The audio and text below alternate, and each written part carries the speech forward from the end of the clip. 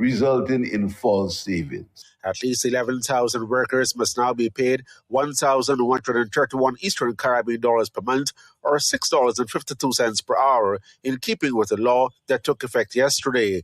He says the Minimum Wage Commission took several things into consideration in recommending a fair day's pay. The Prime Minister welcomed the fact that the St. Lucia Chamber and the St. Lucia Hotel Association did not formally object to the minimum wage. Across in Trinidad and Tobago, Finance Minister Calm Embett has ruled out an increase in the national minimum wage for 2025. The Finance Minister says small and medium-sized businesses were still grappling with the effects of the last minimum wage increase of 17%. He says this is to protect small businesses. We recognize that any increase in the national minimum wage has its pros and cons. While it brings comfort and an improved standard of living for those at the bottom of the income scale, an arbitrary increase in the minimum wage can create hardship for small businesses and for marginal enterprises. It can even lead to retrenchment, closure, or reduced working hours, thus cancelling out its benefits. We have therefore decided not to make any further increase in the national minimum wage at this time.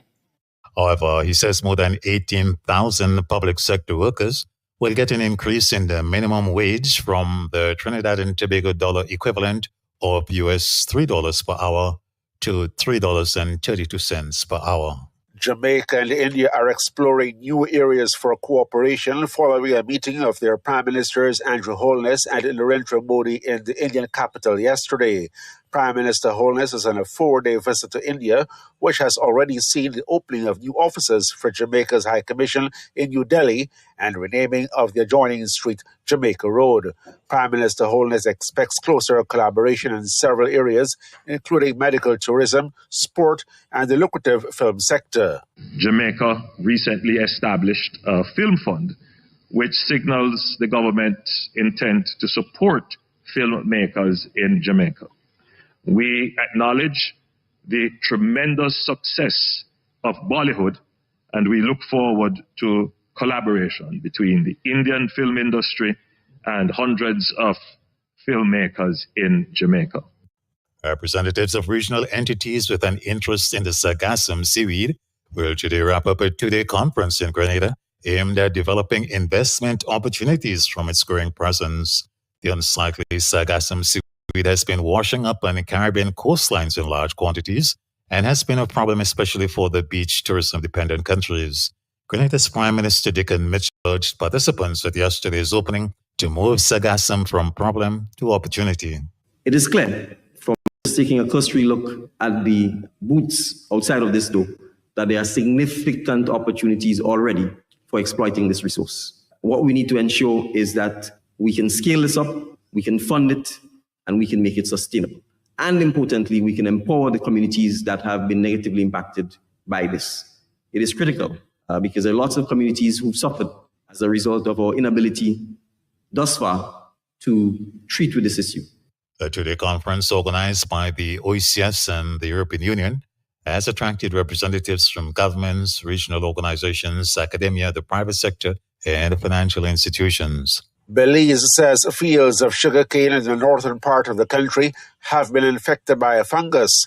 The type of fungus is not yet known, but the Belize Agriculture Health Authority says symptoms include yellowing and curling of leaf tissues, stunted growth, and wilting or discoloration of plants. Belizean authorities say even though the species has not been identified, they are concerned because they are unable to quantify the potential loss of production. The Agriculture Ministry, Sugar Industry Research and Development Institute, Belize Agricultural Health Authority, the Caribbean Agricultural Research and Development Institute, and the University of Belize are working to identify the fungal species and drafting an integrated disease management strategy. This has been the morning edition from the Caribbean News Desk. You may contact us by phone or WhatsApp on +592 700 9293. Thanks. Yes.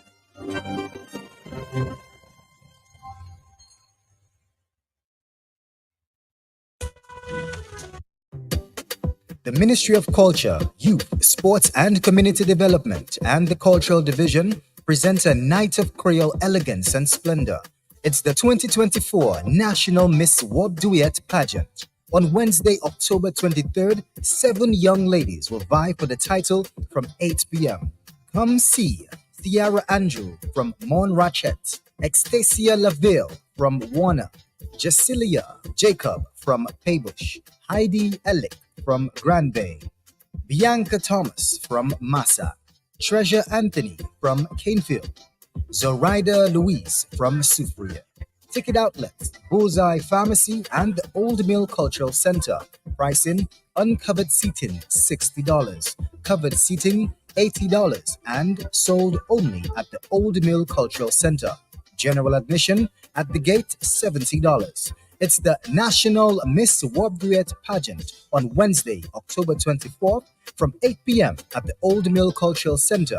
Sponsored by the Grand Bay Credit Union, the House of Lorraine, the National Cooperative Credit Union, and SG's Essentials all in one. You don't want to miss it. Be there.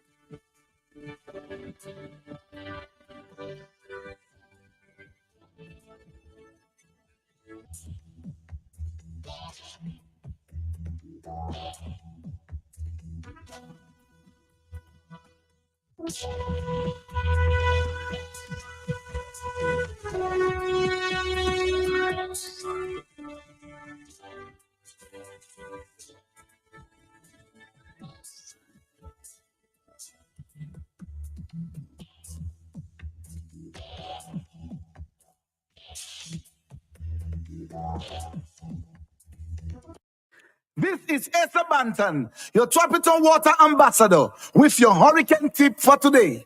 Determine your risk.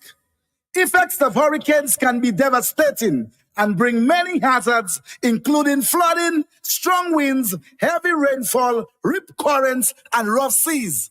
Be prepared and remember to stock up on Tropical water. Miami, get ready for the 5th annual Booyah Live. Back again for 2024. All going down at Lalo's, 1400 State Road 7, Lauderhill, Florida. With live performances by Asa Banton, Triple K, Shelly, Trilogy, Nai, Lester Daniel, Optimistic Sounds, and more. Doors open 10 p.m. Friday, October 11th and goes on till daybreak. Tickets only $60 in advance. It can be purchased at BooyahLine24.eventbrite.com. More music, more vibes. The signature event for Booyah lovers.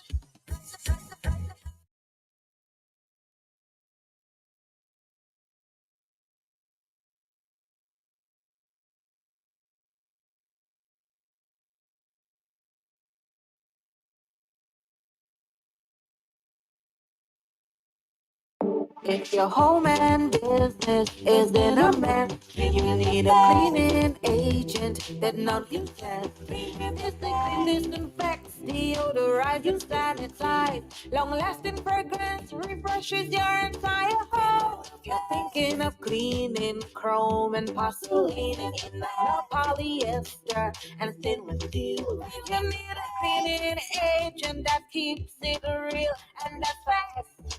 Clean with the best. Not forgetting your clothes, sheets, and all fabrics. Tender fabric softener has the extreme power. Make ironing easier and faster. So clean with the best. This is clean, tender and back. Floors and walls, clean with the best. All the lamps, kitchen tiles and cabinets.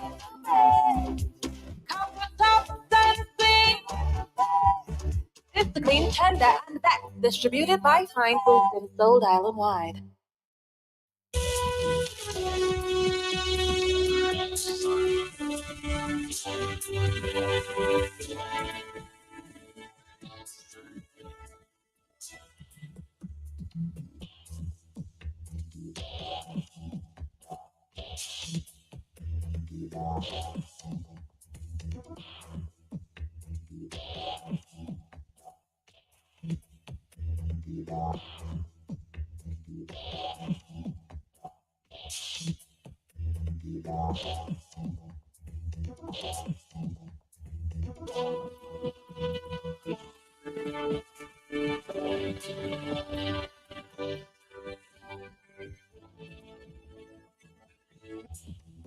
All right, Dominica. You know, we're having an open line on a Wednesday. There are a lot of stops here as we go along, but we can take your phone calls this morning. I'm trying to get a report. I've been seeing a lot of videos circulating as it relates to some incident, some stabbing incident in the Castlebrose High School. A lot of people have been talking about that. There's also reports that some persons from the major company there in the Kingsfield area may be sending a few people home. Still trying to confirm on that one as well.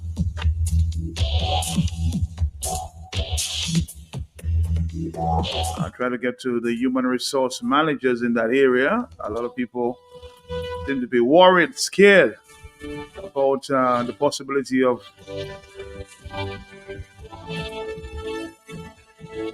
that company letting off some workers. But we'll try to see if we can get some confirmation on that, okay?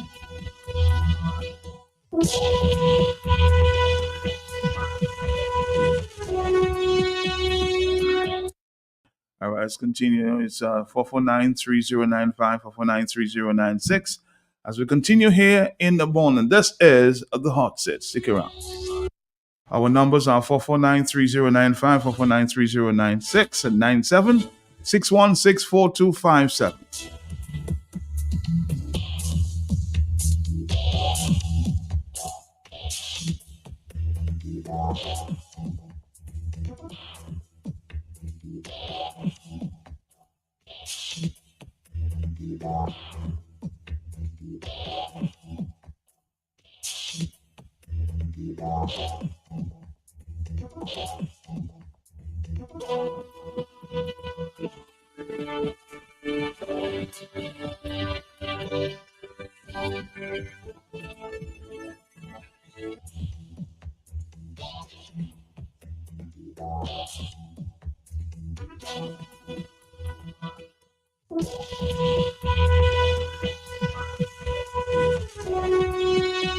As I just indicated to you, yes, a lot of videos going viral about the possible stabbing of a young man in some high school in the east.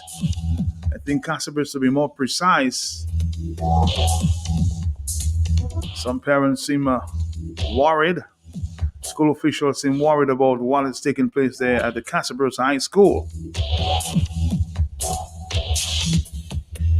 Mr. Jason Fountain has been following that incident that reportedly resulted in one young man being stabbed from another community there.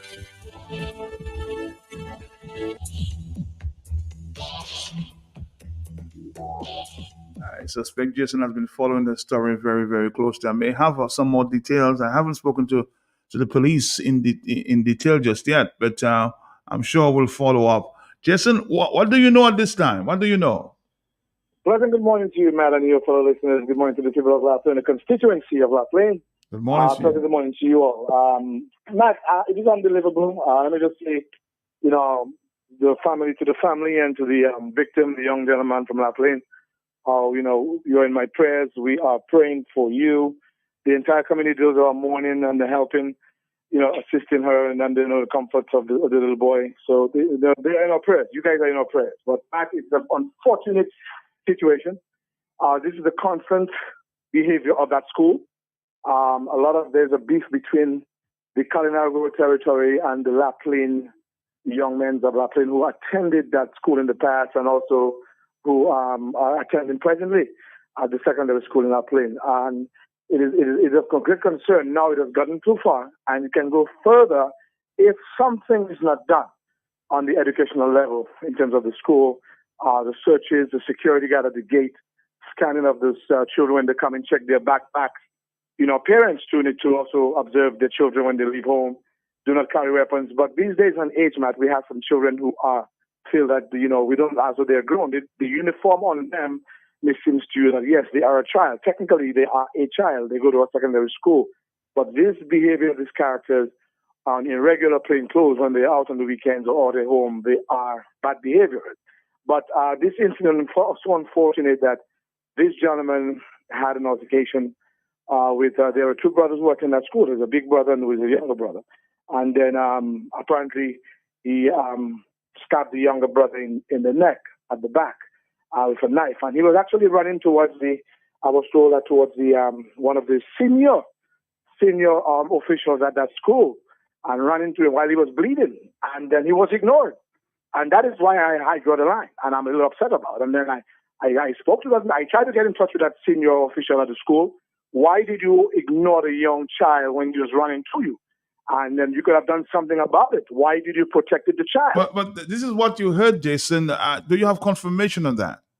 Well, yeah, that's my, as you just rightly said, Matt. That's what I heard. That's what I understand. I thought I just told you. I was trying to get in touch with the senior official of the school to verify and to confirm whether the individual young child ran towards him and then he was ignored. But on the other hand, Matt, the young gentleman in question who was stabbed was taken immediately to the Princess Margaret Hospital, PMH. I do not call it China and Friendship. I call it usually PMH. Sorry about that. But he was taken into a theater. He was operated on, and then did all the surgical procedures and then stitches. And presently recovering either in the ICU, in the hospital. He's out of operation. But the question remains, Jason, why is there so much violence at our schools? Why? That's a good question. I mean, this is not only, we have seen the good secondary school videos, the videos going out. We have seen the Dominican Grammar School where children are even fighting in the streets of Roseau when they are walking from school, man.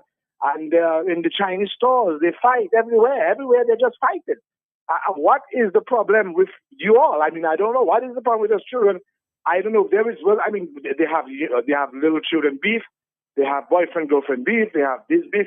Matt, but in question, these schools now, what I can tell you in the past, I've been going to the Castle Secondary School for years now with supporting when I was serving on the member of the village council, when there was PTAs. I've been attending meetings there. I've been going into the parents and attending meetings there, representing the committee of La Plaine. There is a lot of issues in the school, not only the stabbing, Matt. You have drug selling. You have young children having sexual intercourse in the schools, allegedly. And you have parents, teachers need to pay more attention to them. When a parent sends a child to the school, Matt, a parent is sending their children to school. That school should be a safe haven. Your school should be a place where a child can go to school and the parent don't have to worry about their child not coming home or the child end up in a hospital. They're supposed to be properly supervised. Just like, for instance, a child wants to use the restroom, a child wants to go to the bathroom. One of the teachers walk with the child, go escort the child, if it's the young girl. But some of them are coming to school early, some of them are doing their things, and there's a lot of animalistic behavior that's taking place at the school. So more supervision I'm calling for, Matt, and something can be done very early. The school teachers need to do more. And not only that, come down, crack on the security guard. Look at the shootings in America, Matt. It's not only Dominica has public school training at schools. You have children going to gun to schools in America and shooting children. So in Dominica, now we are seeing a trend where this type of fighting behavior. Well, somebody's suggesting, Jason, I would speak there, that these students should be searched before going onto the campus. They should start doing like the USVI, schools in the USVI where people are searched before entering the classroom. Don't you think that's a good suggestion? That is a good suggestion, Matt. And I can also tell your whoever gave that view is a good view suggestion. Matt, but let me just make it be known to the public. There is a security guard at the Castlebridge Secondary School. There is a security gate at the secondary school in Castlebridge. Have they been implementing searches? They have spoken about it. I know for a couple of meetings they have been trying to do it, but did they keep it as a constant thing to do every day? There can be a lapse in the system. There can be a laziness laid back. And the moment that happens, something slips through. So, the school is not completely fenced to say, wrong that building is completely fenced. A child can just pass anywhere in any corner and exit the premises of the school. So how do you supervise? How do you manage such a huge system like this? So I mean, the conversation is wide, Matt. This conversation is very wide. It's not only speaking about it and then talking about it. There's a lot to be done. There's a lot can be done. But how do we go about it? How do we do this? How do they? Because I'm hearing also from various reports coming in there that this may be a case of bullying. But we can't confirm that, can we? Well, yeah, Matt, I would say that, but it's not really. That is the issue at hand. The issue at hand is that we have a problem in our schools, and people have to understand it's not about bullying and not about this and that. There is a situation between two people, the Kalinago Territory boys and the La Plaine. I don't know what is wrong. What is wrong with La Plaine people and the Kalinago Territory that it doesn't like those guys? So when those children go to school, they have to understand they go to school to learn. Their mother and their father send them to school to learn, to absorb what they can get from school, so they can further their education. You do not go to school to look for problems. You do not go to school to look for husband. You do not go to school to look for wife. You do not go to school to look for this and that. You go to school to learn. So they have to understand that some children have to understand when you go to school, you have to be at your best behavior. While we're hitting the principals and rating the teachers, yes, they have their responsibility, they have their role, they have to play to supervise those children. Because I just cannot just go to the school and just grab a child out, even though it's my child, and just go home with my child. I have to tell the principal, look, I'm taking my son out of school, and with good reasoning. So there is a procedure, there is a process. So why can't the school be safe? Why? Why can't it be safe? Why can't they implement proper supervision and have good behavior? You have children going to school with cell phones. What is the discipline, the discipline rule? What is the rules and regulation of school where a child comes with a cell phone? You have children with their pants on their bottom. You have children with black bands in their feet. You have children come in school with Afro puffs. School is not like when you and I used to go before Matt. We are in a new generation of children, and children is on social media. You even have Wi-Fi in the school. Wi-Fi to segregate children on phones with Wi-Fi all over the place. They can sit down in the yard and they're on Wi-Fi. Is it Wi-Fi supposed to be in a certain location where in the classroom they're doing their work and it's only allocated to that area alone? But the school now has just let go. We have the Google school, the secondary school, and grammar school, everything. Children fighting in Roseau, all in Chinese store and everything. So it's a wide conversation, Matt, and it's a bigger issue than just bullying. There's something has to be done on the educational ministry part of it. They need to intervene. I hope the law is dealing with this young gentleman who did the stabbing, and I'm hoping that in the future that we do not wait to do something when somebody is dead. We have to do something now and try to react and try to rectify the situation. And how do we move forward, Mr. Principal? How do we move forward, teachers?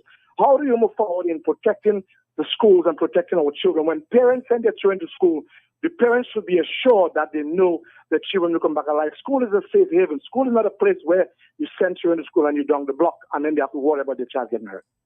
All right, Mr. Jason, thank you. Thank you for your perspective here this morning. We'll try to get in touch with some educational officials to see, how we can resolve this problem, because it's a very serious problem. We have a stop coming up there, of course, with the Marine Reserve at about in the next 2 minutes. But let's take a break and we'll come back. Let's take a phone call and we'll come back for the Marine Reserve there at 8:45. Hello? Yes. Are you there? Yes, Marlon. Good morning to you again. All what Jason saying is true. Since the time of the stabbing, oversee with that 14 years old child, right? I say they at school, they have an assembly. When the children going in their class, you have a policewoman searching the young ladies, their bag, all their clothes and whatever it is. Then you have a policeman searching the boys, right? Long pencil is very dangerous. They're sharpening it, they're touching you on your shoulder, and it going through your neck, right? They should have discipline in the school. You see, grammar school, Goodwill school, and the other school, what he talk about is true. Matthew coming out from school, a gang of children on the road. You want to pass, you can't pass. When you tell them, move it, they cursing you. And you know they should bring back that gentleman in the grammar school, Mr. Simeon Joseph, the wise man. He was headmaster. That man was good at the school. He used to discipline the children. But too many things happening. Too many things, Marlon, but we have to stop. We have a next interview coming up. We'll continue that conversation. A very interesting conversation as to the what's happening at our schools. It's 8:45. The level of violence taking place at our schools is something to watch and watch very closely, huh? But from violence to marine.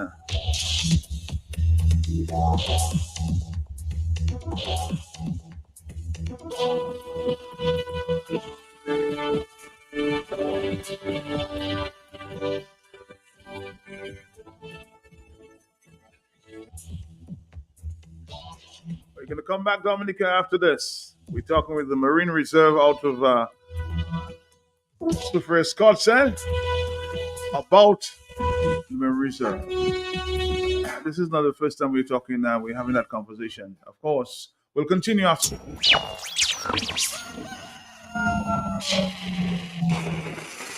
Tune in every morning for The Hot Seat on Q95, the latest happening event, breaking stories, and behind-the-scenes in-depth investigative reports. Stay locked for more fair and balanced talk on The Hot Seat on Q95, the big station.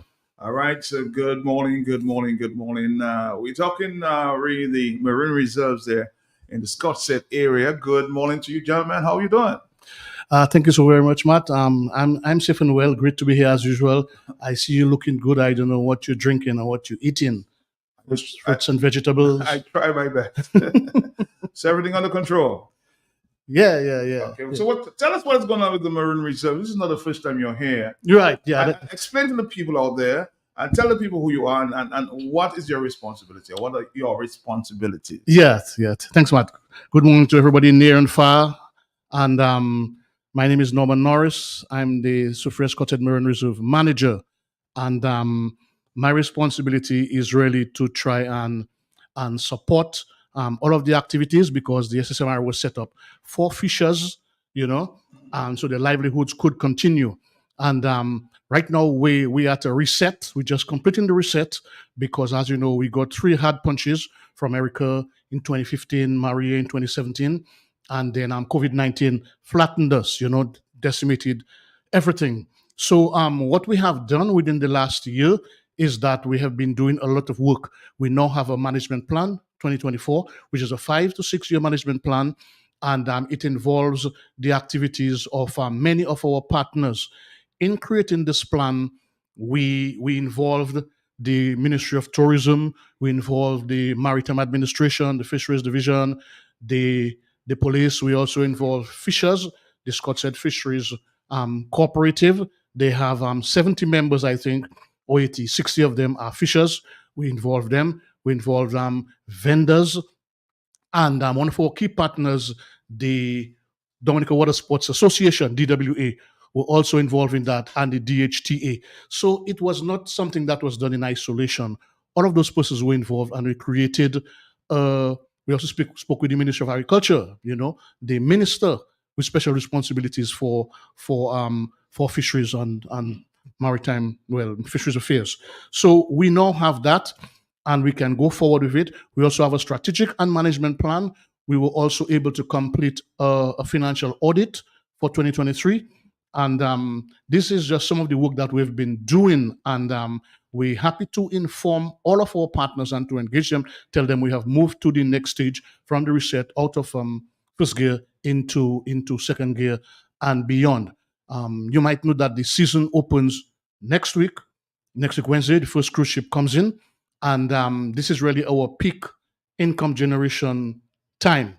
So we want to just inform all of our partners what's happening. We had a great meeting yesterday afternoon with possibly maybe 30 persons, net fishers. I don't know if you're a net fisher or but I know you're an ex-fisher. my dad. Yeah. I saw in the lobby by him sometimes when I go up Point Michelle in those good old days. Yeah. So we're happy to engage. I want to give support to say thank you to the board that has been there for many years since the hurricanes, and they have created a lot of support for the work that we do, and the staff, because when I came in, there were only 4 persons there.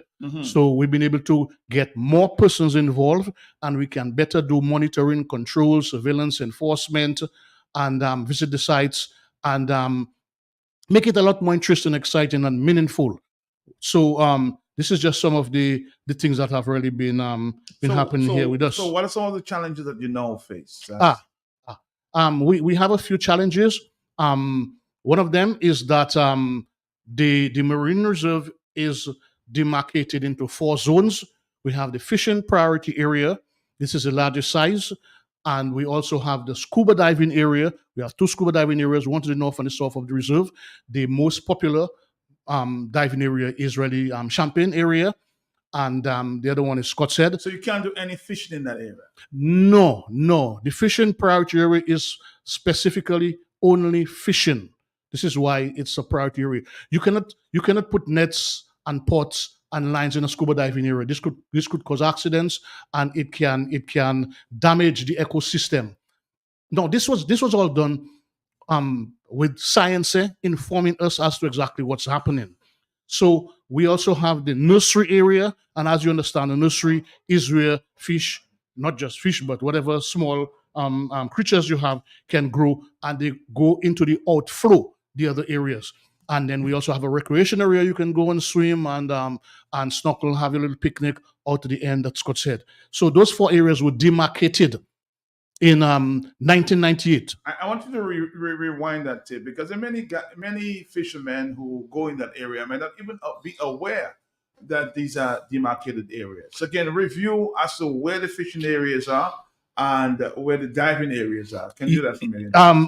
It mightn't be easy to explain if we. Oh, you can say right. Okay. So the recreation area is in Scott's Head. I think is Tusab. Tusab. Right, Tusab. Sometimes I confuse Tusab and Butsab. I think Butsab is La Plaine. So that is the recreation area. You can go there, have a picnic. You can swim, snorkel. We also have a scuba diving area towards the end. Okay. And then the middle or the biggest portion of the reserve. The reserve is 6 to 7 kilometers square. Is that the Labim area? Labim is more north. Okay. North of the scuba diving area. Okay. So this area there is scuba diving area, and there's a wall. That's why it's called Labim. So you actually look to the side for to enjoy the view and the corals and so on. Lots of selfies are taken there, and pics and so on. And the SSM has received many accolades from users of the resource. Okay. And so that's a reserve. Yeah. And Champagne is ready. That's where the bubble is the Champagne bubble experience. There, yes. Right, Champagne. right. And many tourists come here to enjoy that activity.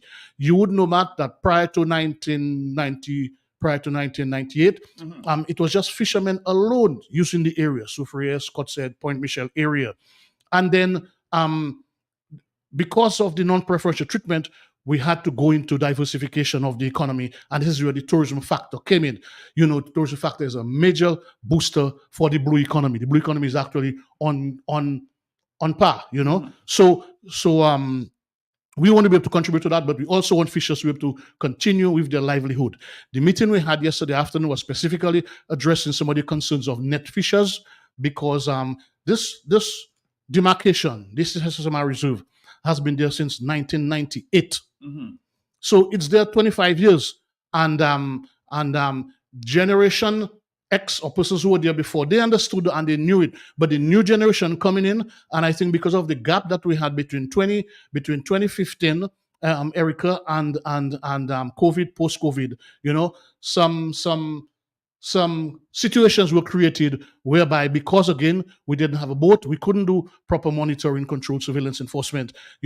one slip into two into three. So we want to be able to appeal to our net fishers, not just net, but all fishers, that they should comply. So where can you fish in that area? I want a clear explanation. Where can you fish? Before Champagne? from Soufriere, Scottshead, a little north of Scottshead, towards the jetty area in Scottshead, up north to about the Alum Stream. Okay. Right, by the jetty in Soufriere. Right? That area, yeah, there. And of course, west. Okay? Going west? Yeah. Mm-hmm. Okay. So, but then closer in to outside the church, you also have a warm water there. You have this Bubble Beach Bar and so on.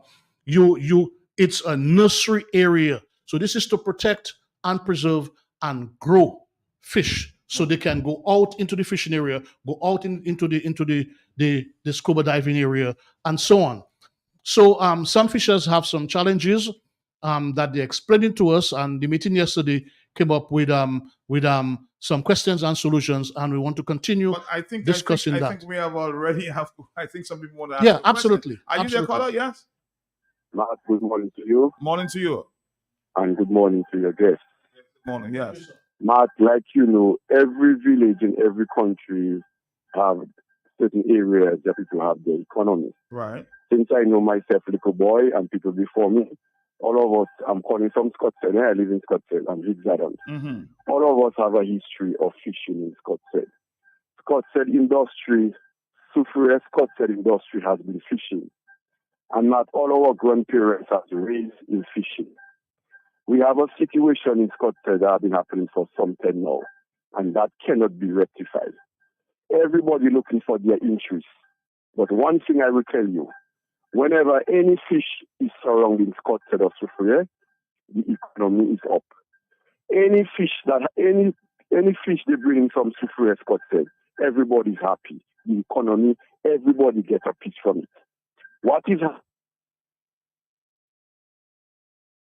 I think we may have lost. Are you still there? We may have lost this one. 4493095. I don't know. He was trying to get to a point, but he just got a call up there. But let's take another phone call. Are you there, caller? Yes. Yes, morning. Morning to you, sir. Good morning to Mr. Norris. Yes.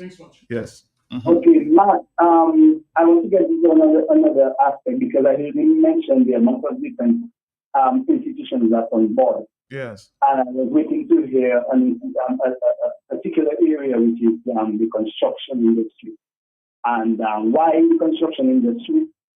I am seeing something to do with coral life and fishing and all that. In terms of when you're seeing all these big projects going on, people are mixing cement and stuff. When they finish, they dump it in the gutter to go into the sea. Okay. People are doing painting, they wash their paintbrushes, everything that goes into the sea.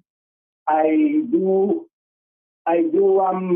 scuba diving, not scuba, I do snorkeling from time to time, especially lately, even after burial, where the whole shoreline and ocean, the west coast just changed in terms of the beachfront.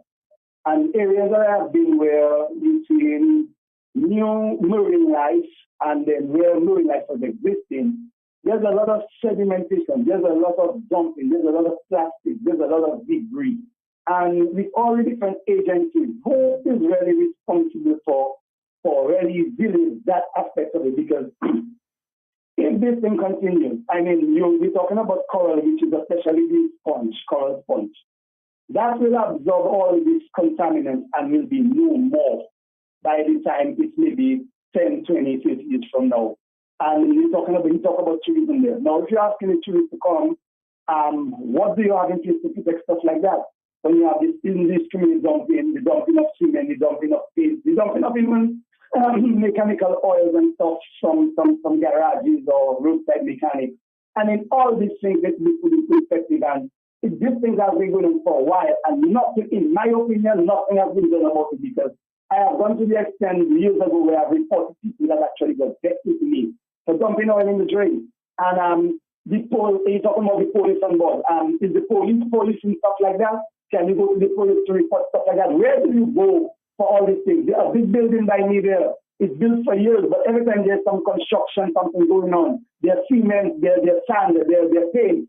Everything is in the drain, and that goes right into the sea. I want to hear Mr. Norris' opinion on that, or what is in place to do stuff like that. How do you police things like that? Construction and the dumping of cement in the sea. That's basically what he's saying. How do we police? Yeah, well. What we try to do, Matt, is that we engage the support of the council and the fishermen themselves and the community. Because we are very small in numbers, we cannot be everywhere at the same time, and we try to have them take pictures. We try to have them report But it. is it something that you can report to the police, though? I guess so. Absolutely, because there's a Litter Act, and what I think the council has also done is they have put barricades where they suspect some dumping has been done. Because I took a trip there sometime, and you could actually see some of the solid waste, the old bricks and concrete and dirt and sand and so on being dumped and falling right into there. This was never like this before. It's getting a little worse, and probably now is the best time for us to have to address that. We also hear of many campaigns being going on to do beach cleanup and other things. So we care for the environment, and the Marine Reserve was set up for the long-term conservation and economic cultural values, to sustain that for the area and maintain or improve the livelihoods for fishermen. So we are supporting of the fishermen activities. We know we don't want to take bread out of anyone's mouth, but I mean, if there's a law in place over 26 years, we have to give and take. We have to partner, like some of the meeting persons of yesterday afternoon were saying. And but is it something, this demarcating that has been taken, or that has taken place for the past 26 years?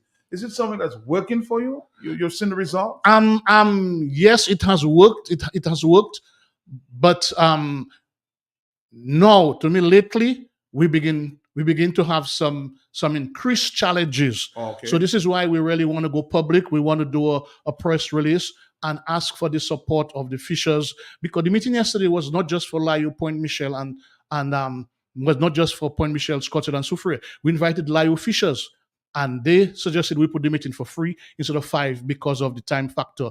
And so there was a good participation, and the discussion has begun. And what we want to do is to continue. We shouldn't feel that there's nothing in it for us, because we are more connected than disconnected. And the inheritance that we have received, we don't want to see it step down, and then the next generation have to be able to go on Disney or Discovery if they want to be able to see a fish or catch a fish or a turtle or something like that. Another phone call. Are you there? Matt, I got cut off because I was kind of in terms of the reception. Yes, go ahead. But I was trying to say, Matt, what is there for the fishermen of the community? The people are protecting their benefit. As far as I can see what is happening in my community, nothing benefits the fishermen of my community. All of a sudden, our fishermen are restricted or fishing in certain areas. Matt, we need to know what is happening, because fishing is our industry, is our economy in the Soufriere and Scottsdale village, and we want to know what is there for the fishermen. That's your livelihood. That's what you want to say. Your livelihood, yes.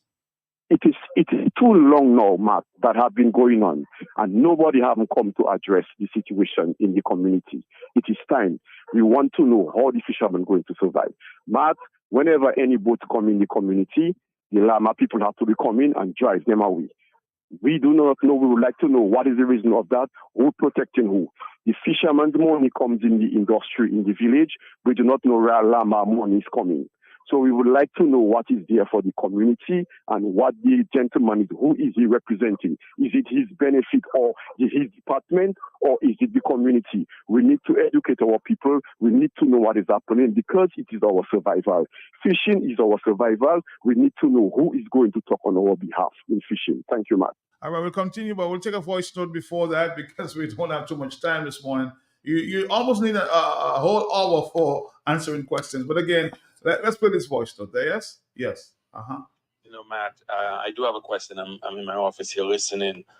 What is for Champagne, what is the northern boundary, right, in terms as it goes into Point Michel from Ras Bateau?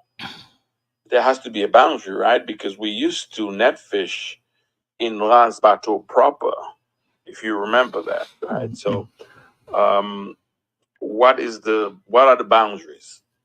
Okay, because I'm just thinking back on our childhood when we used to swim up there and spearfish, but also guys like your father, Mr. Paul, used to do net fishing. Just a question, because I think boundaries are supposed to be, known in situations like this, so people don't get in trouble. I was talking to you about that earlier. Yeah, From yeah. Ras Bateau, where's the boundary there? There's a I think there's a rock. There's a rock somewhere there. Yes. That I think is from the west. But I must also say that one of our biggest challenges has been the demarcation, because in discussing that with some of the other stakeholders, they're saying that we must have signage, and this is really probably one of our weakest links. So we have to address that vigorously. You also know that the government is now putting a $500,000 reception facility at Champagne, and this will take care of some of the amenities, some of the challenges, and but the fishers' cases. I said earlier that this legislation, these regulations have been there for over 25 years, and probably it was not being enforced, and we need to address them again and see how we can strengthen them, or see how we can partner again with fishers. We work, I told you, the Lama board consists of the village councils, Point Michel Village Council. It consists of the St. Mark's Fisheries Cooperative. It consists of Water Sports Association and other organizations, Fisheries Division. But the point, I think, the previous caller, trying to The make, first one. yes, he was trying to say what's in there for the fishermen of Scotland, because they seem like they're isolated there. We're not against them. We want to be able to have them continue their livelihood. What we have done, I mentioned earlier, in the new 2024 management plan, is look at assistance and partnership with the school, with the fisheries cooperative. We invited everything that we have in all meetings. We invited them to have separate meetings with them and address the needs of particular fishers. But we want them to be able to continue their livelihood and work with them. He also mentioned the case of the yachts. The regulations for Soufriere Scotched Marine Reserve does not have anchoring of yachts. So it's a no anchoring zone. If this is a need that we have to address, then it's okay. Come and talk to us. But I am also aware that some funds were received for the construction of some yacht moorings, and possibly 8 or 10. And we're looking at doing that towards the southern section of the fishing priority area. So this is something that we're looking to address, possibly within the next year, sometime next year, quickly. And then we want to be able to do a pilot study. A pilot study was done by GIC, and we want to be able to have that result to inform the persons, because we know how important the yachting sector is. We've seen what's happening in the north, and then the fishers down there, persons who sell the bakes and the acres and the chicken and the fries and so on. And even fuel can be bought from Soufriere, from Scott's Head. So these are all needs that needs to be addressed, and we want the fishers to come and see us and talk to us, and not just speak in isolation, because we're family. We're family. So you want to work with them? Yes, and this is why we're having this quote-unquote week of activities. I was on another radio station earlier this week. I'm here today. I'll probably be on a radio station or TV, and we had the meeting with net fishers, and we also want to meet with the council. I was actually supposed to meet them yesterday, but because of the meeting with the net fishers, we couldn't do that. So we're looking at all of our partnerships, because we want to save and continue the livelihood of the Scott's Head fishers. So come and ask us, how can we work? But the legislation, one thing about the law, we can complain as much as we want about the law, but we must comply. The job of the enforcers is to enforce the law. So let us work and see what we can do, if we can amend certain things and change and better the situation. But we cannot stay away from the discussion and expect there to be any reform. All right, Dominic, 9:08 is the morning time. We have a few more minutes. A very interesting discussion there as it relates to marine reserves in the Scott's Head Soufriere area.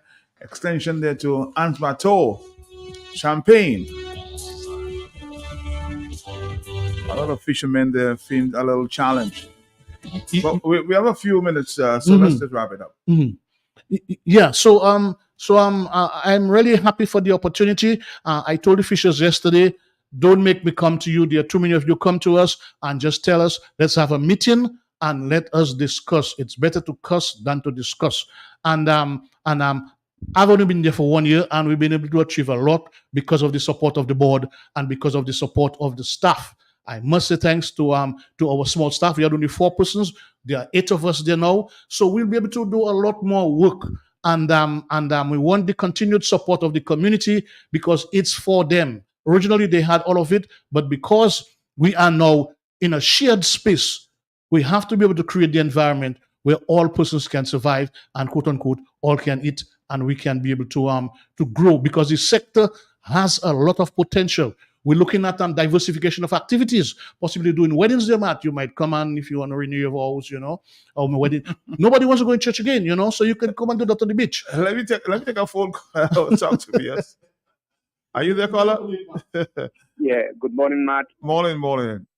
And good morning to your guests. I just want to congratulate your guests because I have noticed from his tone of his voice, he does his work with a passion. Yes. And I can sense the depth and his loyalty to his job.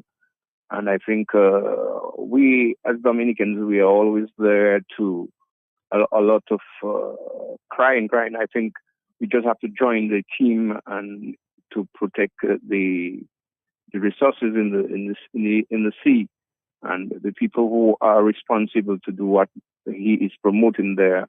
I think based on his explanation that they are well trained and they might not have the resources to implement all of the rules they would like to see, and the cooperation of the public is important. So once more, I want to congratulate the gentleman. I don't know what is it, I cannot recall his name, but your guest is really, I am impressed with his articulation, his emphasis in terms of expressing himself in favor of the protection of the resources in our seas, not only in the Soufriere Scotland area, I mean Dominica on a whole. And I believe if Dominicans come to the realization and give cooperation to that, this is not a political issue. It is a national issue. It's a risk. It's something that we have to protect. We cannot go like we used to do it in the last 20 to 30 to 40, 50 years ago. And as the world is changing, we are consuming a lot of artificial commodities, such as plastics and all those things, bottles, and people are not that conscious in disposing these things properly. So I just want to compliment, I want to congratulate the gentleman who is with you. What is his name, Matt, if I may ask? Mr. Norris, yes. Mr. Norris, hats off to you, sir. I can see from the tone of your voice, you're doing your job with passion. I hope all people who are engaged in doing things for the benefit of the country would do it just like you have been explaining yourself. I just wish you good luck, and I wish Dominica good luck, and I wish the fisheries and the people the fisher folks give their cooperation, and also the Dominican public to be responsible in disposing of their waste that we don't pollute the ocean. All right, caller, thank you very much. Now, somebody's asking the question. I'm not sure whether you're... Thank you very much, caller. I'm not sure whether you're privy to that information, but somebody's saying he has been told, it has been reported that a patriot there from the Soufriere community, Port Michel area, that the champagne to Scotland has been leased to a French company for many years. Is there any truth to that? First time I'm hearing that, Matt. First time. You I've never heard that before. Okay. First time I'm hearing that. And I mean, I was a courier public officer. You would know. No, yeah, I would know. Let me tell you, Matt, farmers and fishermen feed the world. Right. Fishers feed the world. We have high CNCD. We want to be able to reduce that, and I think buying local, supporting local, it's important. 30 years ago, there were only fishers in the area. What's happening now? We have scuba divers, we have swimming, we have snorkeling, we have kayaking, we also have free diving. All these are new emerging economies that are booming. and we're still looking to diversify more underwater photography, still and video photography, and other activities. So I'm looking forward to participating with all of our communities, even the film, Dominica's Film Commission, work with them, because we know the potential of the Marine Reserve and what it can bring to the Soufriere Scottshead community. So let us work together and see how we can improve, the country. Go within. All right. Again, let's try to maintain our Marine Reserve and protect it. That's your point this morning. Yes, don't destroy, regardless of the type of fishing operation that you're doing. Work with us, discuss with us. We understand there are multiple different fishing going on there. There's net, there's pots, there is line, but we have to be able to diversify and yet partner with each other. So we understand what's happening. It doesn't mean because we disagree that we hate you. No, we just happen to disagree, and then we just have to find points of agreement. There are many points of agreement that we can work on and grow this sector. All right, I want to say thank you, Mr. Norris, for coming in here this morning. Thanks, Matt. Always a pleasure. Sharing, Come back sometime. Yes, absolutely. The education is necessary. Yes. We will continue to be continued. All right, take care now. Yeah, thanks, Matt. Thanks for coming, man. All right. Thank you. Bye-bye.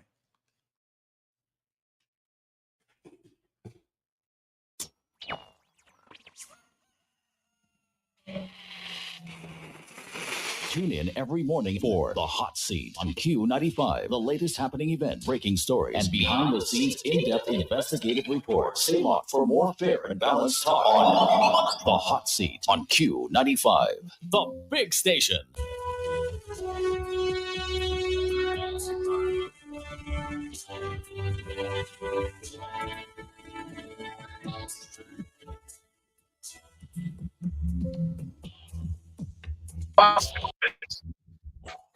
Hello.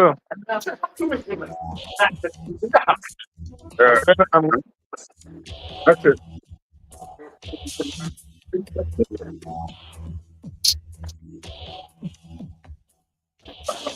If you know your favorite store, dial it now. 612-1253. That's Mega. You can rely on Mega for some real deals on name brand clothing and electronics.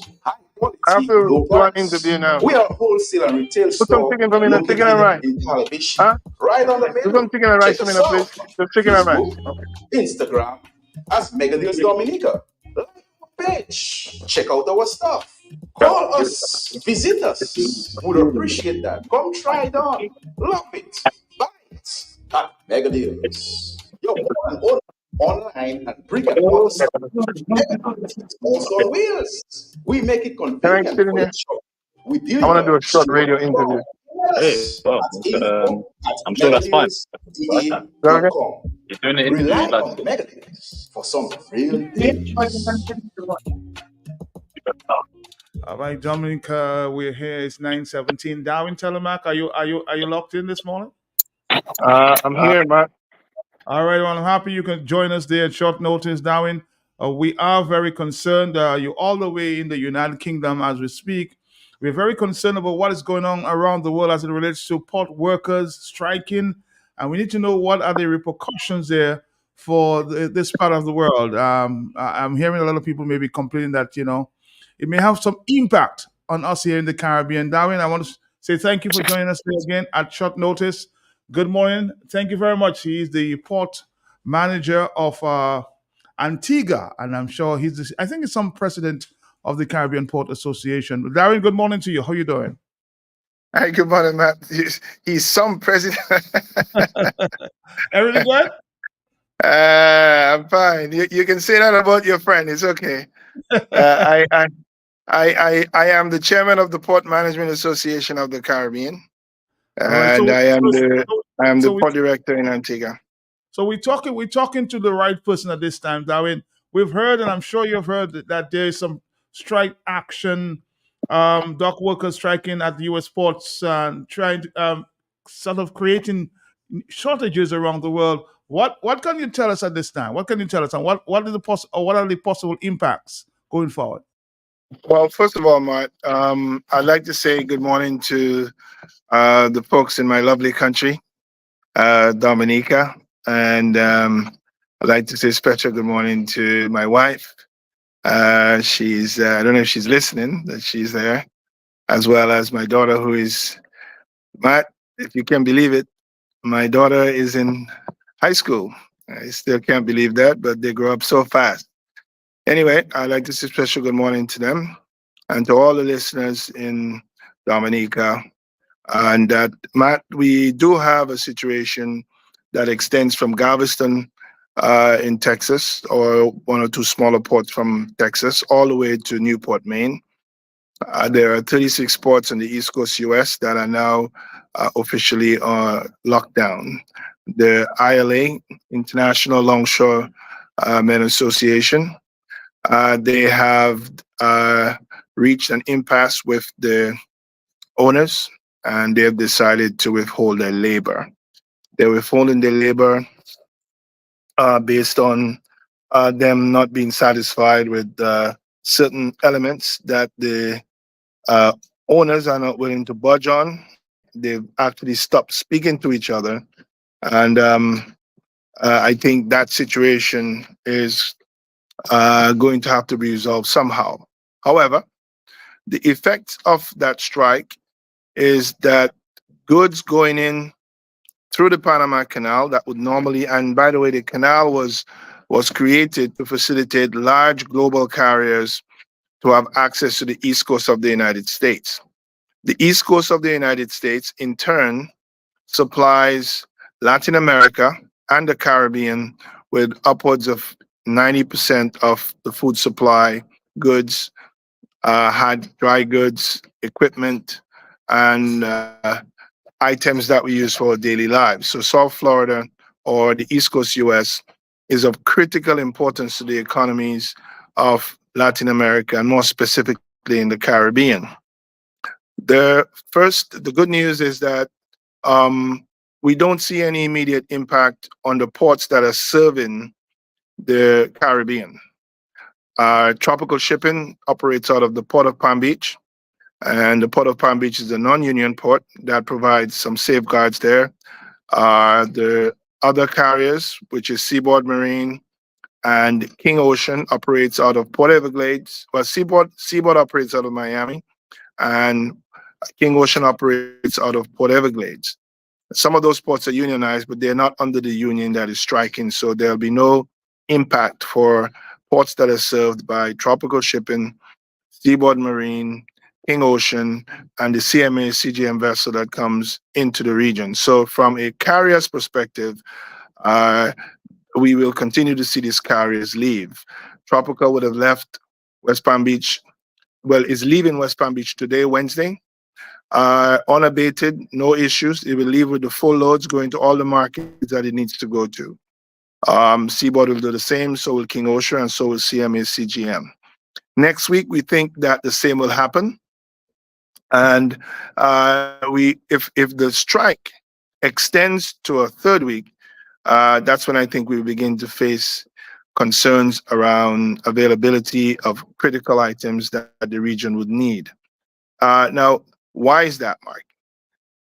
Most markets in the region operate on what is called a significant high-level inventory management system, and a term that is used for that is just-in-time inventory management system. So they run on a JIT.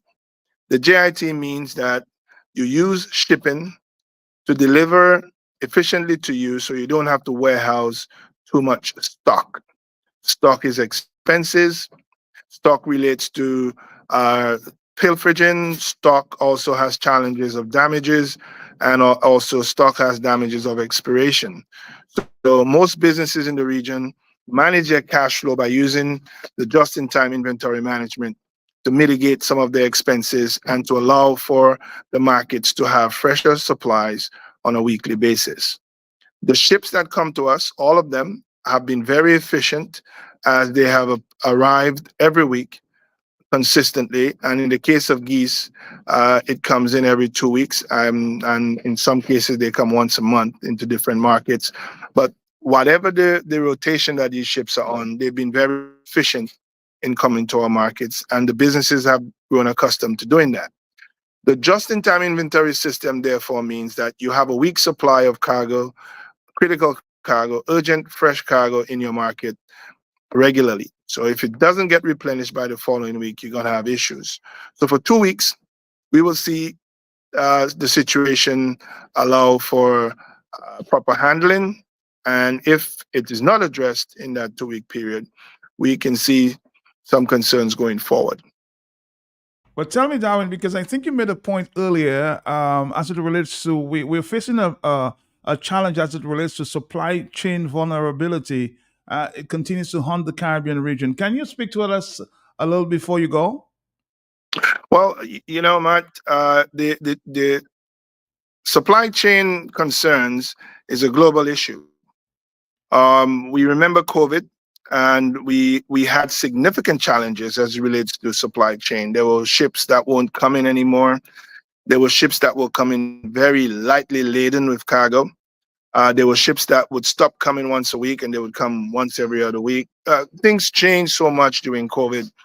And also the Americans were also keeping some of the goods for themselves as the global supply chain was grinding to a halt. So we've experienced that. We've been crawling back from that, and then we got into Ukraine that affected the supply chain.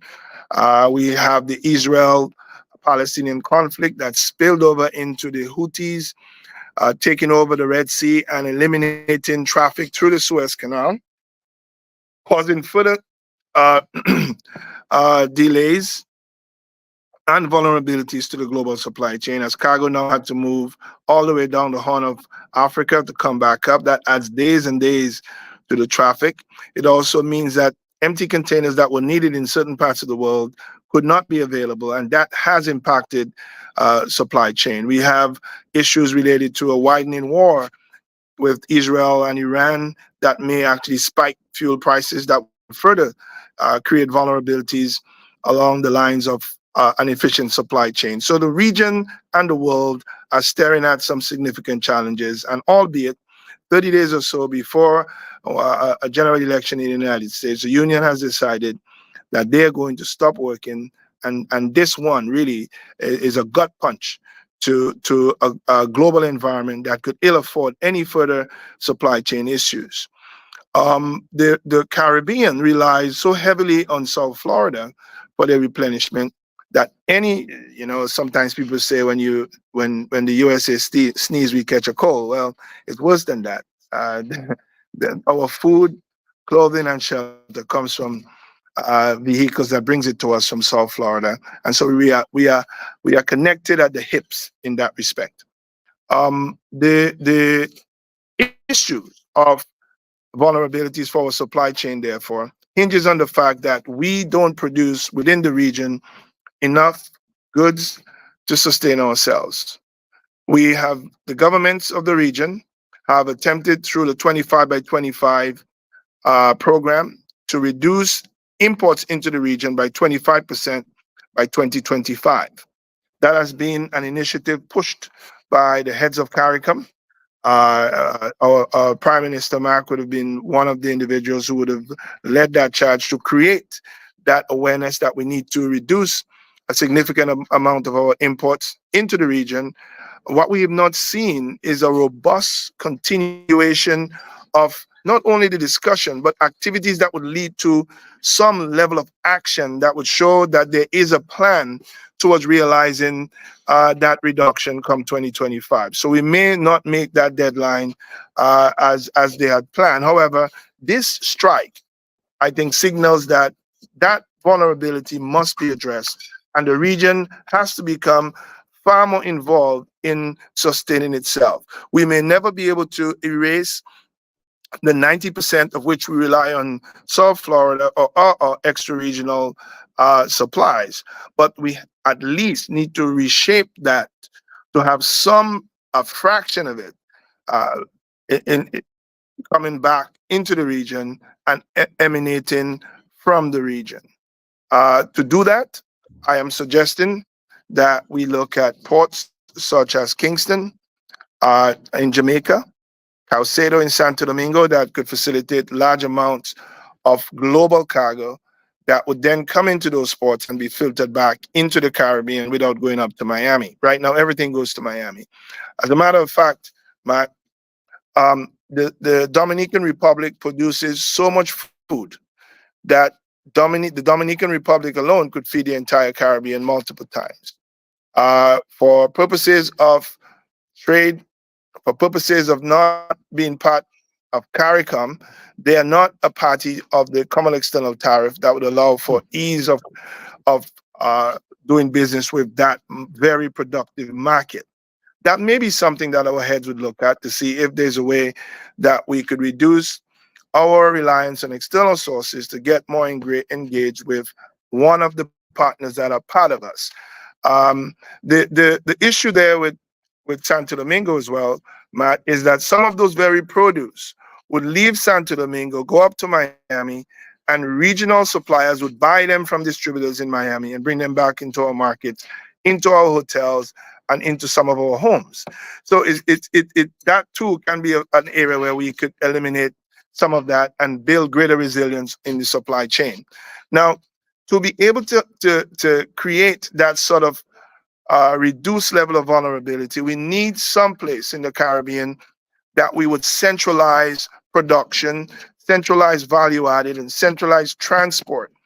And there is no better place to do that than Trinidad and Tobago, particularly Port of Spain Port, and the Port of Point Lisas. These two ports, in my mind, represents the greatest opportunity for regional distribution, not because they are two large ports, because Trinidad itself is equipped with significant productive capacity, significant expert technical support with the industrialization that has taken place in that country.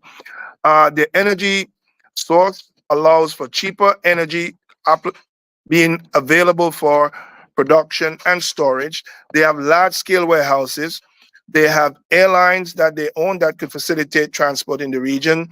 They have some of the largest, most sophisticated logistics and supply chain management companies in the Caribbean. It's an island that I think is a sleeping giant that needs to be woken up to its core capacity to support the Caribbean. And if we can get that happening, we would see a little bit more reduction in the vulnerability that now faces us.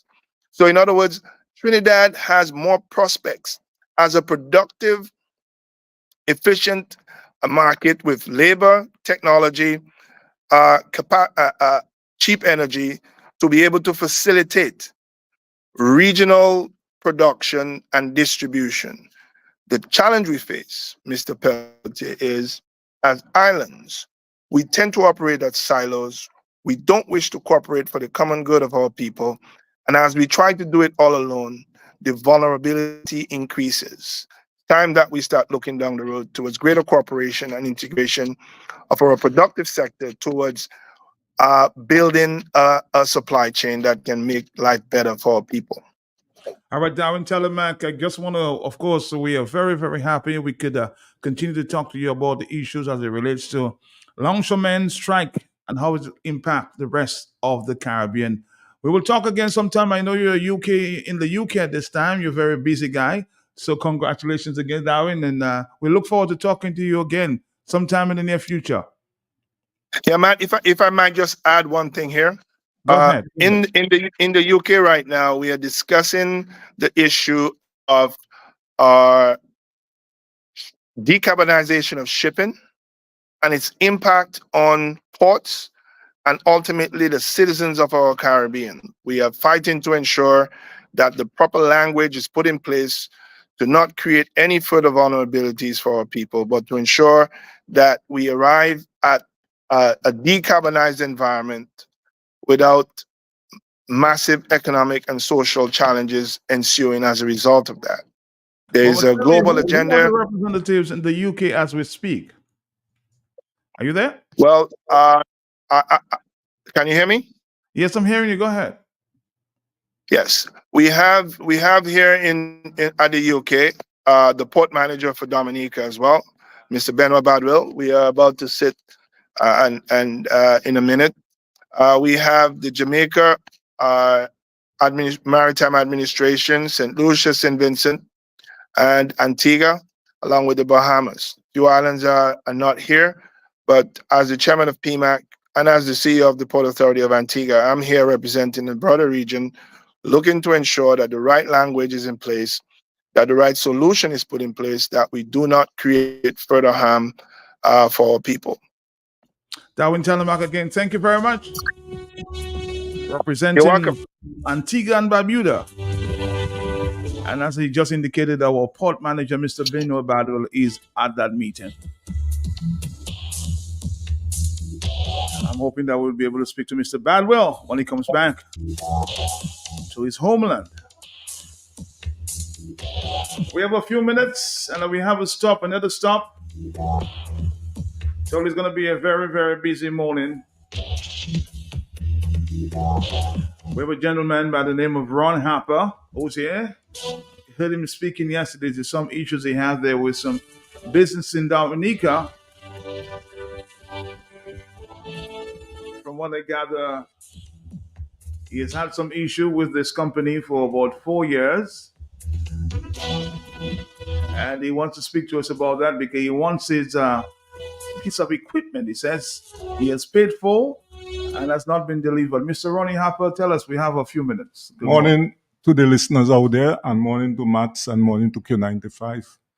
Mats, from 2011, I was paying down on a brush cutter. Every month, it took me up to around 6 years to pay for it. Mm-hmm. I finished pay off for the brush cutter in 2019. But when I get to the business place at the time, the guy go to the storeroom and he told me there was no brush cutter, the 250, there was none at the time. But he had already given me a receipt and he had put a blade that's supposed to be on the tip of the brush cutter. And he told me you'll put a notice saying that I have a receipt. When I come back, I will get the brush cutter. But in those times, I had some little challenges, and you know, the hurricane, you had the virus, and things was uncontrolled for me at the time. So I didn't stress myself because this is a business place I've been dealing with since 1983.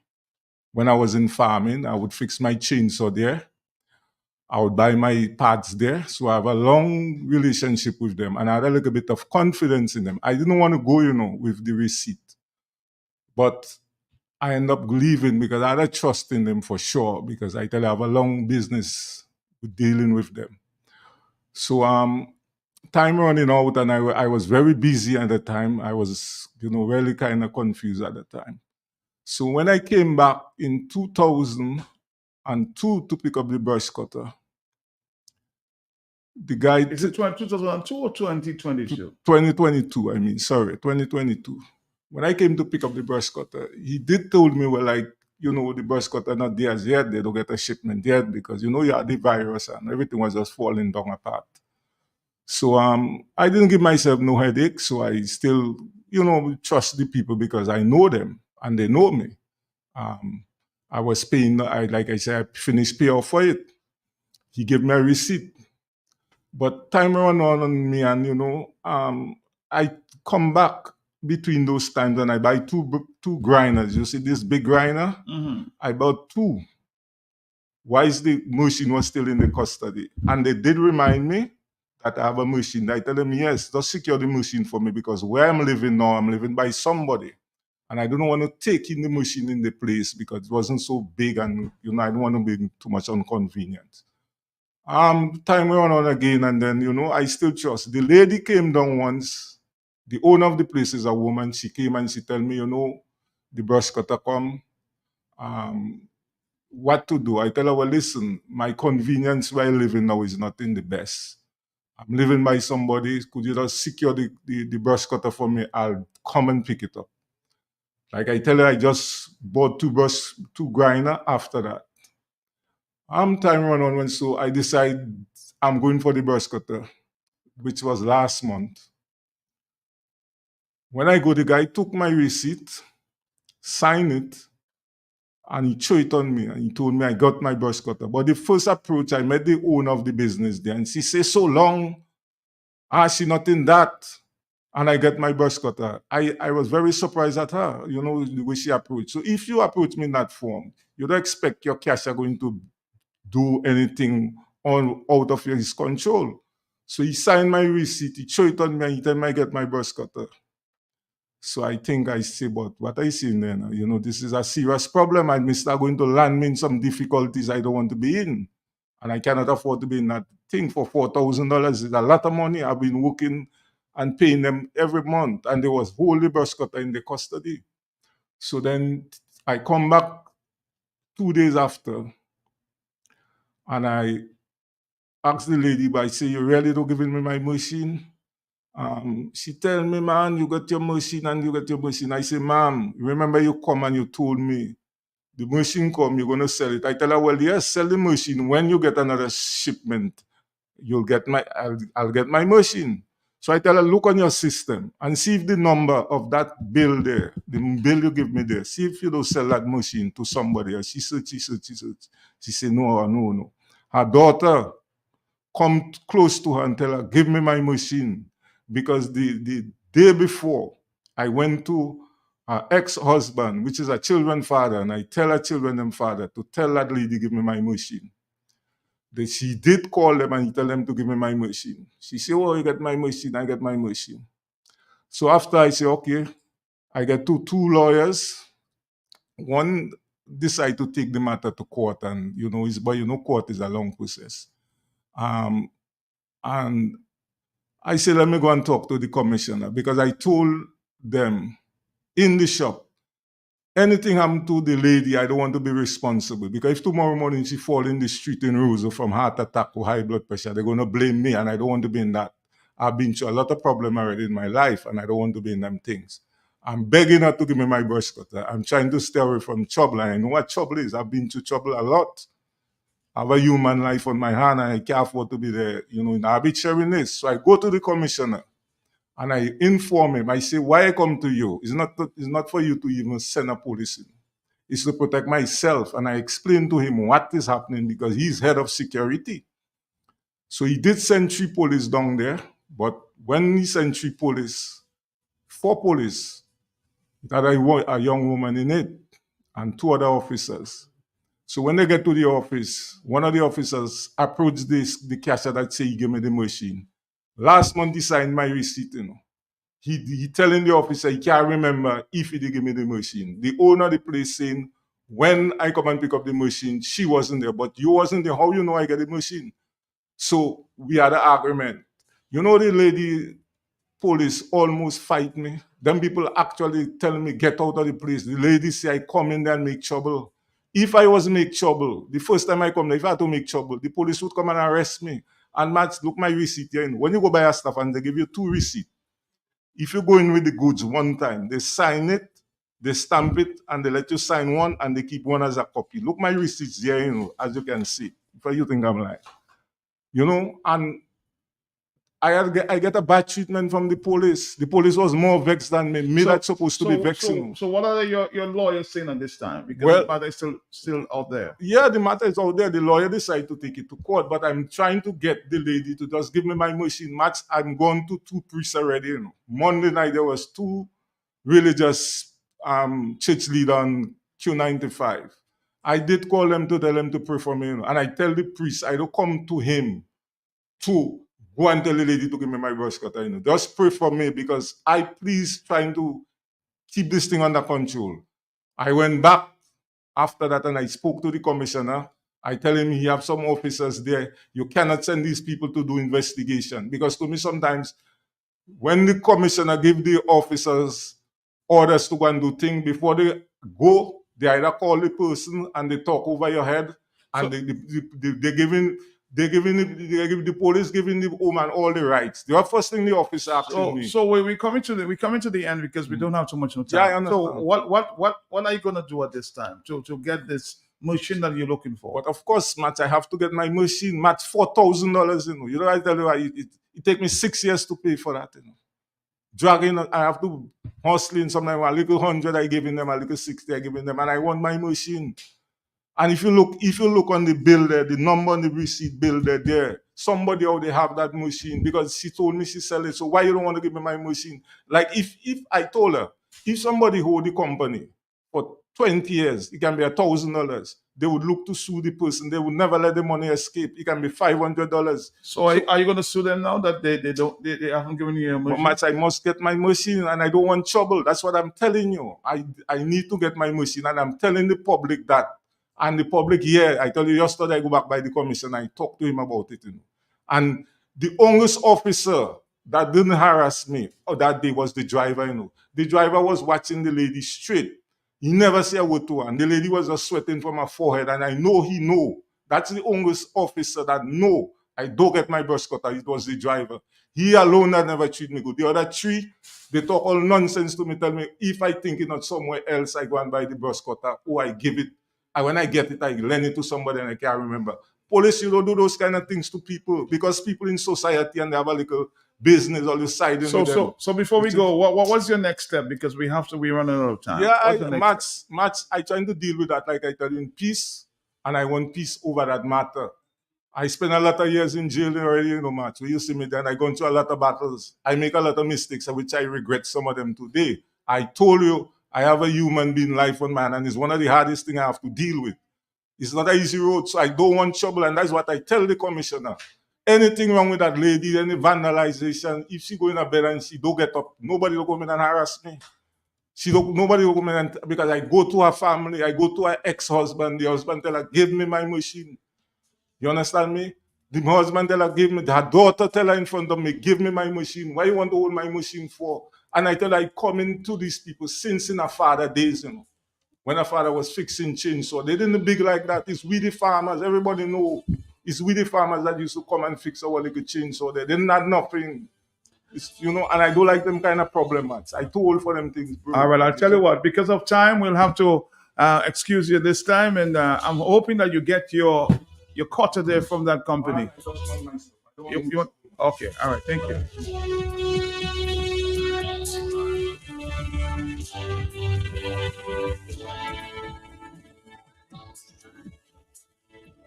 I'll get the other side of the story there. We'll find out just what is going on.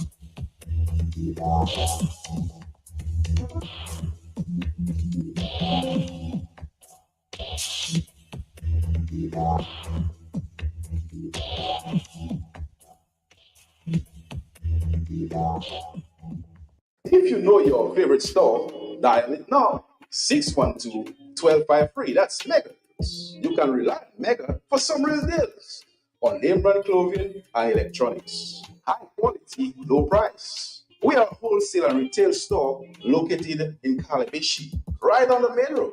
Check us out on Facebook, Instagram as Mega Deals Dominica.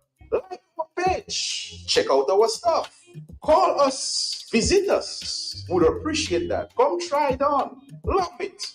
Buy it at Mega Deals. Your one and only online and brick and mortar store. Mega Deals is also on wheels. We make it convenient for your shopping. We deliver straight to your door. Email us at info@megadealsda.com. Rely on Mega Deals for some real deals.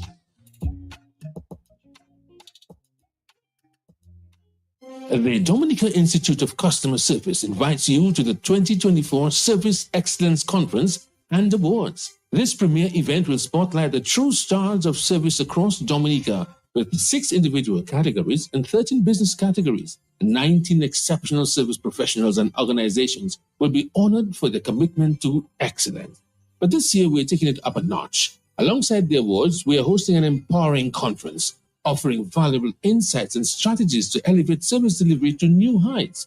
Plus, don't miss the grand unveiling of Dominica's first Customer Service Index, a groundbreaking initiative to measure and enhance service standards.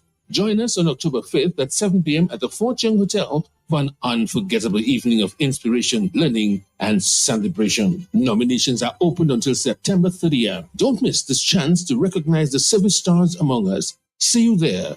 Contact us at 440-8606 or 225-8606.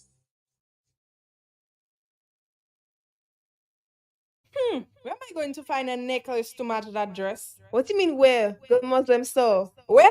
You think I have $1 million to spend, man, my girl? No, girl, the Muslims have a wide variety of beautiful, luxurious, and affordable jewelry. Necklaces, rings, watches, earrings in gold, silver, and even gold filled. Plus, there's a 35% discount on all jewelry. All that then. Girl, hurry up, they're closing for 40. Visit us today on 18 Old Street, Roseau. Muslim store, locally born, locally grown. www.buymuslims.com. No standing in line, no wasting your time. Buymuslims.com. Just order online, everything will be fine. Buymuslims.com. As soon as you click, you'll be getting it quick. Buymuslims.com. It's like having the entire store at your fingertips. www.buymuslims.com. DJ Snow, people on a show. DJ Snow, entertain. You make the good time roll. La movie house, so Jinping. This is Richard Friday Jinping version, and we can stuff like this. Yeah, I didn't know you were dancing Jinping, and you want to hear Jinping music this morning, guy.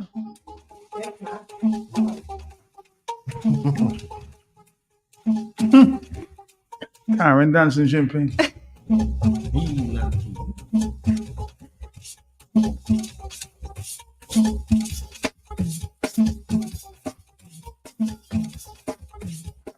The cameras are on, you can dance, everybody. Oh, can see you. but Matt, no, I mean, they should come to the Old Mill on Friday. If they want to see me perform, come to the Old Mill on Friday at 5. Why can't you perform at the Muslim I don't store? have an, oh, wow, I have to ask permission for that one. That one is a little more difficult. Yes, it is. Of course it is difficult, but I mean, I can see on Friday Just come at to, 5 o'clock. Just come to Yes, work with your sheep and everything. and just start to dance. That's I mean, it. she have to dance to Okay. sing. I'll provide the music. Maybe curl. Oh, maybe curl. What's going on at the Muslim store? Oh my, so many things happening at the Muslim store. But first, I'd like to say good morning to you, Akim. Good morning to Matt. Good morning to Dominica, the East, and those via the internet. And if it's your first time, welcome to the Muslim Store program. It's always a pleasure being in the studios with Matt. He's so troublesome, but Matt is just my number one. Yes, and Matt, we are here to thank first of all, good morning to you, Akim. Sorry. Good morning, Karen, and good morning to Matt and all the listening public.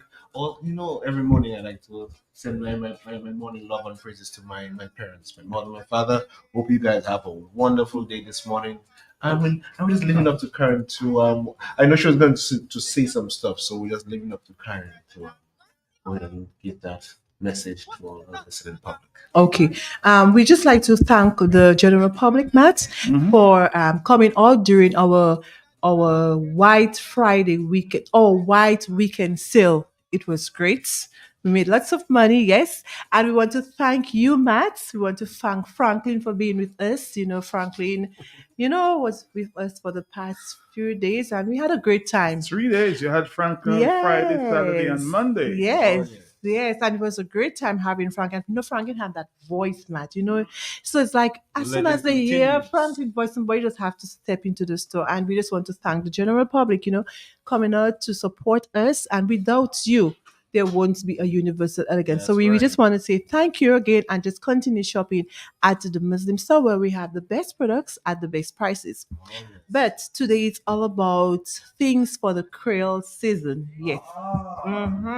That's why you're so eager to dance, huh? Yeah, no, I'm looking forward to Friday, Matt. My first competition, so I'm looking forward to it. Yeah. So at the Muslim store, for all those looking for the countertop stoves, it's available. And we know that when people go to sell during the Creole season, you have to keep your food hot. Yes, whatever has to be kept hot, it has to be hot. So if you're looking for the countertop stove, it's available at the appliance store. We have 2 burners, 3 burners, and 4 burners. You can purchase one right now for as low as $126. We have the best brands like West Point, one of the best. We are the dealers for West Point on the island.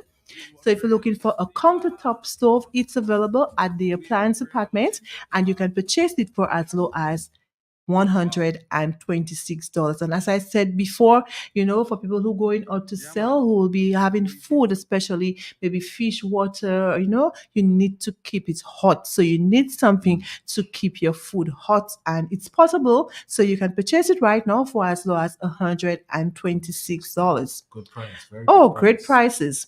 And for all those who are looking for stoves, yes, we have 4-burner stoves available at the Muslim store, and you can purchase a 4-burner stove with oven right now for as low as $585. Yes, this is so true.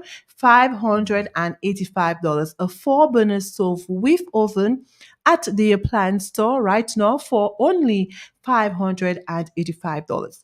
And if you don't like white, we know that people like black nowadays, they bring in the colors that's in. And if you're looking for a black stove, we also have this available, and it's a 4-burner as well with oven, and you can purchase it right now for $688. And this is from West Point. West Point is one of the top brands for appliances. So if you're looking for great prices and great brands, you need to visit the appliance departments. We also have the stainless steel stoves. Yes, the stainless steel stoves. We have it in 4-burner as well. We also have one that comes with a rotisserie. So if you want to do your chicken, you can get it done in here. It's all from West Point as well. 4-burner with oven, and you can also elevate. It comes with legs. So if you find it's a bit too short for you, it comes with legs, so you can elevate it as well. So all these are available at the Muslim store. So if you're looking for a stove for your home, or maybe you're going out to sell and you need a 4-burner stove, you can purchase it at the Muslim store for $585. We also have the commercial stove. It's one of a kind on the island. Akim, the commercial stove. Oh. It's so different. Have you seen it, Max? When you are at the store, you need to take a look at it. Yes, we have the commercial stove. See, the thing is, Matt was supposed to come on Saturday or Friday. Was I not there? You were there, but Thank you. Matt, what's his name? Franklin was there most of the times. Okay. See, I was there. You were not there. He just passed through to see if everything was going on. So there's a Well, passport. So yeah. It sounds like you come to see. That's right. He was just checking out. And we also have grills as well. We have the commercial grills available, and we know that during the Creole season, it's lots of chicken and fish. So if you're looking for the commercial barbecue grill, it's available at the appliance for great prices. And we have the mini barbecue grill for all those who have intention of doing hot dogs or plantain, and you don't need a very, very big grill. We have the small one available right now for only $117. And we know that during the Creole season, it's lots of plantain and codfish, plantain and smoked herring, and you need to separate this. You can't do it together with your chicken. So you need, you need a different, a separate grill for your plantain. So you can purchase it at the Muslim store right now for only $117. So those are just great deals going on at the appliance store. A 4-burner stove for only $585. And if you're looking for a small grill, you can use it at your home as well for as low as right now for as low as $117. So those are just great deals going on at the appliance store. And you can't miss it, huh? Not at all, Matt. We're going to take a break. We'll come back. Let's allow Karen to do some dancing in the studios now. Where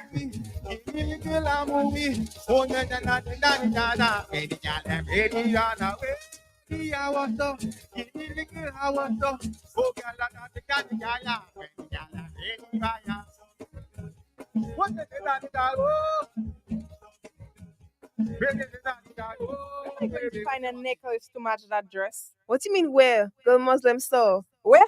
You think I have $1 million to spend, man, my girl? No, girl, the Muslims have a wide variety of beautiful, luxurious, and affordable jewelry. Necklaces, rings, watches, earrings in gold, silver, and even gold filled. Plus, there's a 35% discount on all jewelry. All that then. Girl, hurry up, they're closing for 30. Visit us today on 18 Old Street, Roseau. Muslim store, locally born, locally grown. www.buymuslims.com. No standing in line, no wasting your time. fine. BuyMuslims.com. Just order online, everything will be fine. BuyMuslims.com. As soon as you click, you'll be getting it quick. BuyMuslims.com. It's like having the entire store at your fingertips. www.buymuslims.com.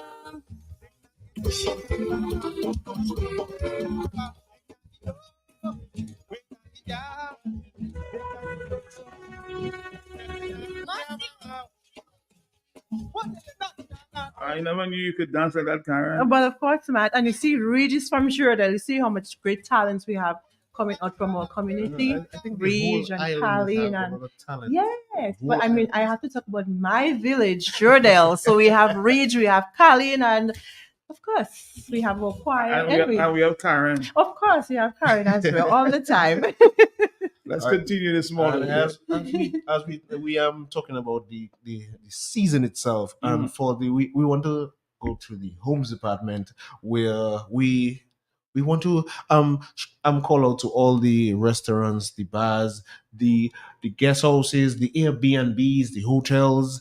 Come on down and set up your rooms for your guests, because I know you guys want to have your guests come back the next year saying, boy, that experience I had there was wonderful. And we have everything that you would need at the homes department, from your bathroom, from your kitchen, to your bedroom, or your living room as well. We have all the different items for you guys. We have the bed frames. We have, bed sheets. We have the polythene bed sheets.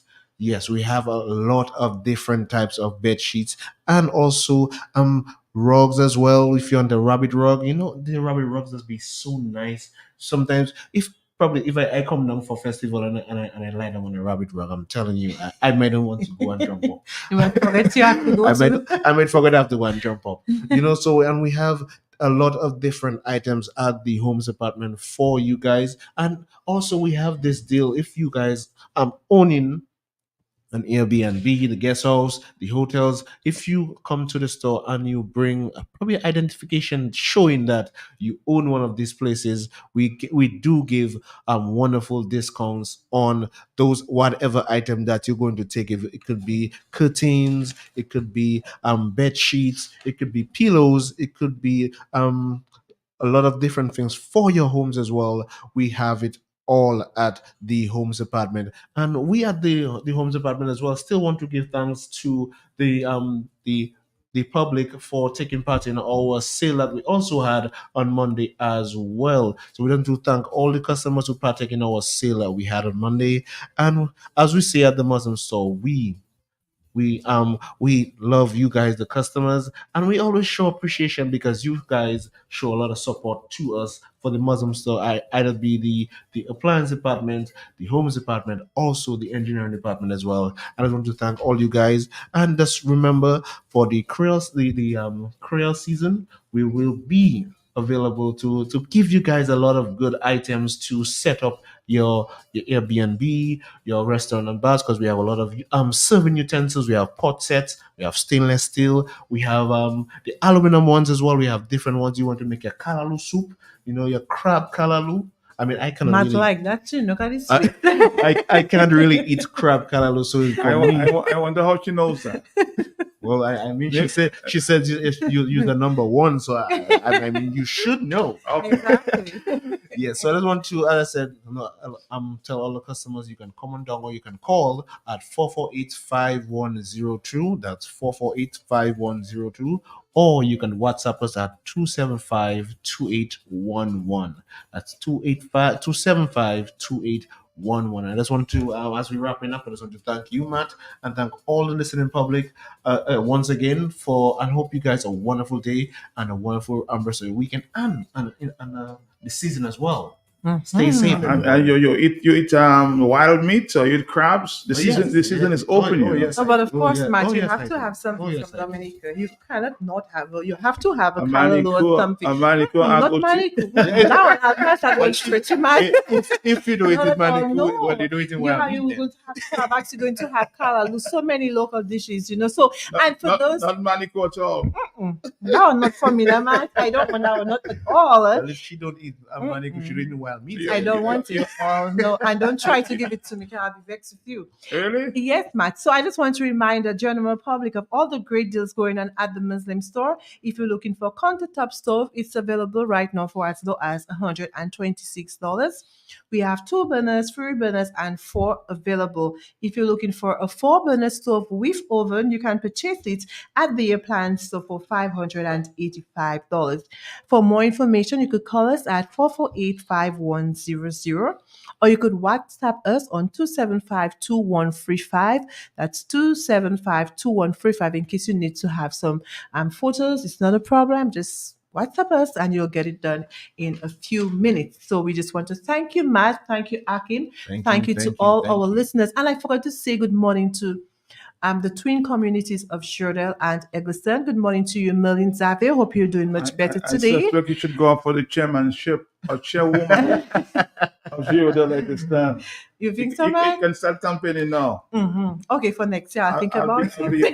I'll be a public relations officer. I'll Okay, come. no problem. Thank you, Matt. And just want to wish everyone a happy and productive day. Oh, yes. All Great right. day to everybody. Have a great one, huh? You as Thank well. And you, don't Matt. forget the season is open.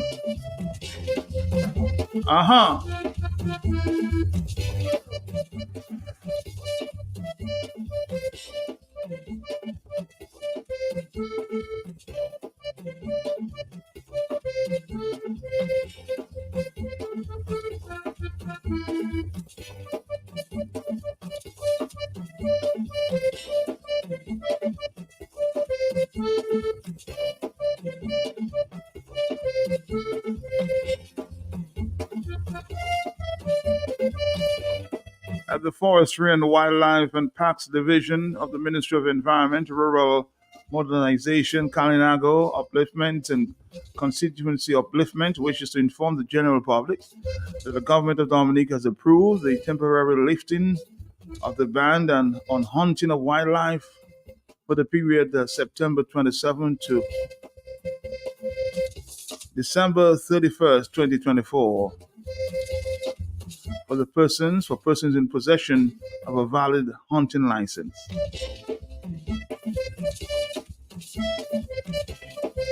So the hunting season officially opens.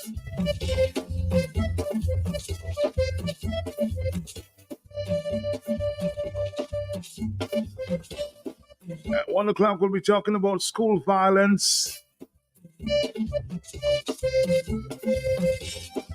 with the former education officer. What are some of the solutions going forward? Mr. Simeon Joseph will be my guest at 1 o'clock. Too much violence at our schools in Dominica.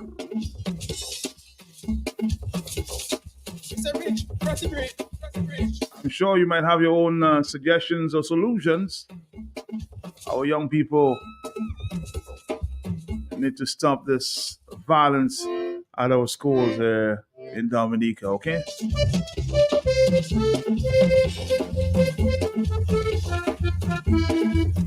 On the telephone, we have a few more minutes. Our next stop, Jolly's Health Vibes. Hello, yes? Hey, Matt, morning. Morning to you, my brother. Morning. Matt, Yes. sometime last week and maybe earlier this week and maybe even today, you mentioned something about the police and the tires on their vehicles. Mm-hmm, yes. I want to also put in perspective something that I'm seeing. Even uniform for police, because I've seen some policemen with uniforms on them that is unbecoming. Worn out, wear out, and still wearing it. Even back in the day when I remember, police used to have nice clean uniform. Police used to even boots. You see police sneaker and maybe all kinds of different shoes. Even shoes that maybe their soul had repairs how many times done to them. I mean, that is unfair to the police.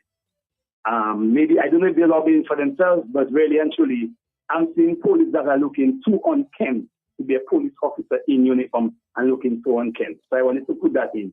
So if you're not worrying about the human resource, not this material. As a matter of fact, when you talk human resource, Murphy, I received a call there from an anonymous, a note from an anonymous police officer that says they're struggling to even get leave. I mean, they're tired and they need to get some rest, but the authorities are not allowing them to get some rest. You there, Marvin? So, but I'm saying, what you don't see the police doing, the work that the police is supposed to be doing in terms of, okay, there's traffic police, there's CID, there's different sections of the police. You only see in one section or two sections of the police, which is the guys in the black, where they call them the task force, and then maybe the ones in Gabardine. That is only, and then I understood after some of the CBI people passports were revoked. The D1 must have put another 40 men strong up at Mount Daniel. I don't know what that is for. But let me tell you, I mean, all these policemen are doing is just, they have them there just to defend the political directorate. And then you have nincompoops like Blackmore. And you know another 60 is being added next month. My brother, this is unbecoming. These people, all this build-up of the police just to protect one man does not make sense enough. Because you cannot have that resource just dwindling down like that. The level of corruption within the hierarchy of the police to do with Lincoln Cobbett and all these guys. I mean, we have to call them out by name. We know who they are. We know what's going on. These guys should not be in a Gabardine uniform, Lincoln Cobbett. So all these things have to be rectified. And they are only there because of the political directorate, and they feather in the nests and the backsides of the politicians.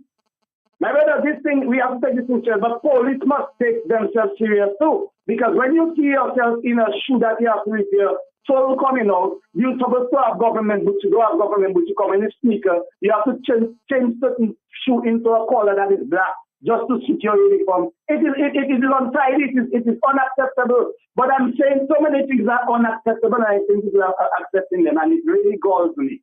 Have a good day. Again, I just want to make an appeal there for police officers, driving these vehicles with the bold tires. I know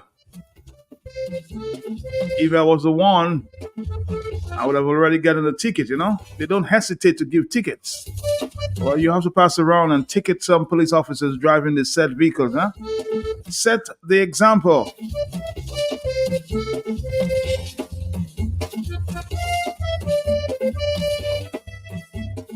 And give the law officers the right tires. It's dangerous to be driving around these vehicles.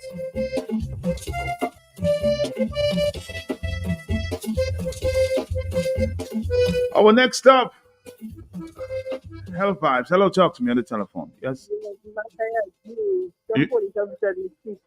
I think on the crossing line by Lindomar there, they're taking traffic, people, blocking there, all kind of madness. These police just think they can do what they want.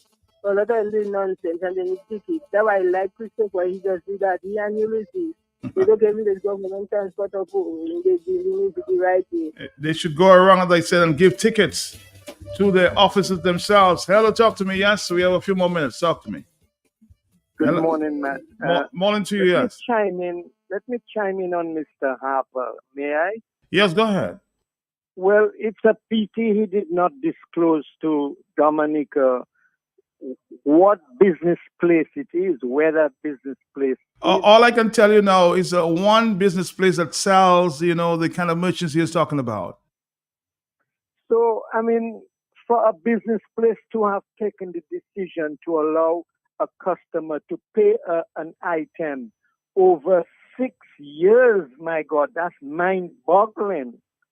I mean, something is not right there. 6 years, Ronnie. I just don't understand. But Ronnie, don't put yourself in any trouble.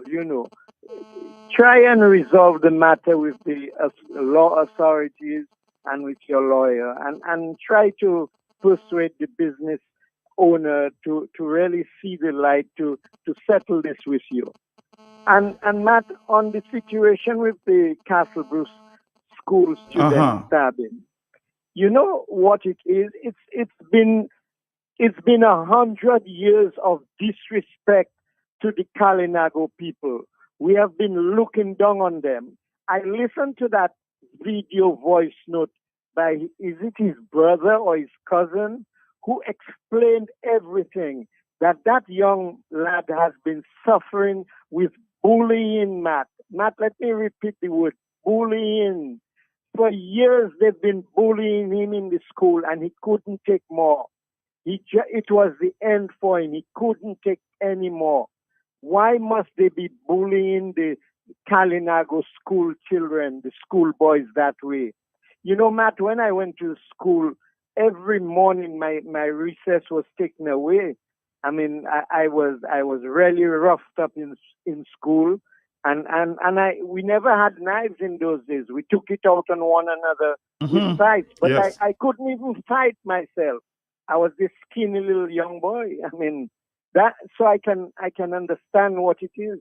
So the principal and the Ministry of Education must introduce a class to teach the students what bullying is all about, and that they must have zero tolerance on bullying. They must observe, and they must know, the teachers and the principal and the Ministry of Education must know when bullying is taking place.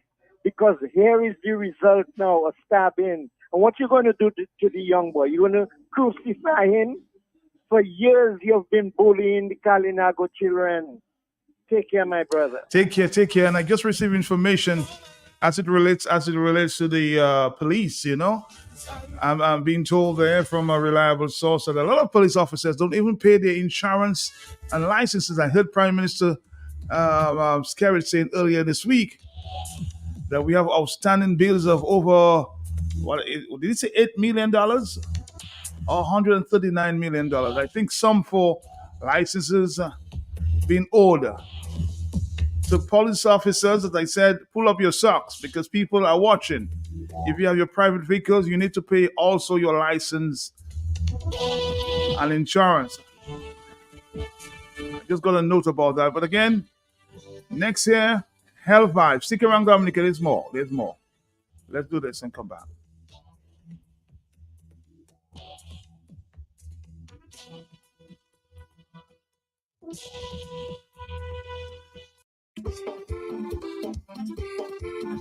Creole Habit delves into the heartbeat of our culture and highlight cultural icon Dede this Friday, October 4th for the big station Q95 FM from 11 a.m. The cornerstone of the quarter shipping band and the quarter lapo coverage. The sensational and scintillating Davidson Dede Charles will be live this Friday on Q95 FM from 11. Sponsored by Digicel with host the cultural ambassador Prince Wallace. Dede will also be live on Q95 Facebook page and YouTube channel. Recipient of Dominica's highest cultural award, the Golden Drum Award, with decades of consistent, dedicated, and high voltage performances during our Carnival and Independent seasons. Creole Headbit features Davidson and Dede Charles this Friday, October 4th, 11 a.m. on the big station Q95 FM. Creole Headbit, connecting Dominica to its history. Creole Headbit, a front row sitting to the culture of Dominica.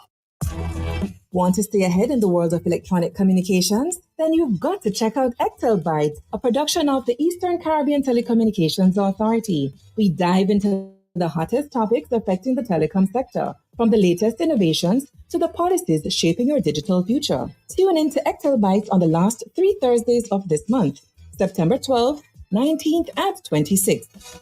In the digital world, knowledge is your greatest asset. NCCU, your community financial partner, brings to you Beyond the Mortgage. Affordable rate, affordable price, NCCU, everything nice. Go do a cost, go take a trip. Beyond the Mortgage 246. Take the mortgage already to make your pocket go empty.